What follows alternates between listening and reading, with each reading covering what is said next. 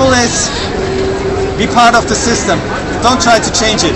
Don't try to regulate the banks or the corporations. Leave them as they are. We can regulate ourselves. Haven't you seen how well we're doing with all that bailout money? And so everything is fine. Just continue as usual. And don't cause any trouble. And who are you? I'm representing the corporations. Corporate public relations.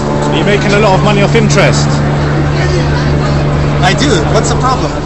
You're making a lot of money from... I mean, I gamble on the stock exchange around the corner. I just lost a couple of billion, and the Bank of England said you're too big to collapse, so they just bailed me out. They're giving me more electronic money. This is how it should be. You know, when I make profit, it's mine, and when I lose it, you guys, the people, have to pay with your taxes and cuts. That's the way it should be. That sounds fair enough. So don't try to change it. Just accept it, go home.